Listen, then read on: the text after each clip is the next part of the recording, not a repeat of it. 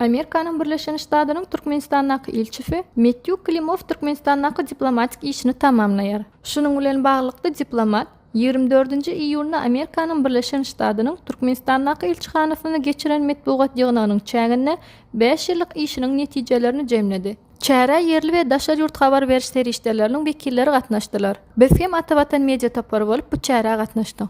Amerikanın Birleşen Ştatlarynyň ilçisi Metyu Klimov öz çykyşynda Türkmenistandaky diplomatik işiniň dowamyna fewda, energetika, medeniýet, bilim we beýlik ugurlary boýunça hyzmatdaşlykda gazanylan üstünlikleri hemde bilelikde ýerine ýetirilen taslamalar barada belläk geçdi. Şeýle hem diplomat Türkmenistanna 5 ýyl işlän döwrüne özüne galyran täsirleri barada durup geçdi. Şeýle hem diplomat Türkmenistanna 5 ýyl işlän döwrüne özüne galyran täsirleri barada aýdyp geçdi. Metbugat ýygnagyna soraw jogaplar alşyldy. İlçi Klimov Amerikanın Birleşen Ştatlarynyň Türkmenistanna täze bellänen ilçisi Elizabeth Rudyň 23 iýulda Türkmenistana geljektigi barada aýdyp, täze ilçiniň döwrüne hem iki taraplaryň gatnaşyklaryň münasip derejede ösjekdigini yndan bildirdi.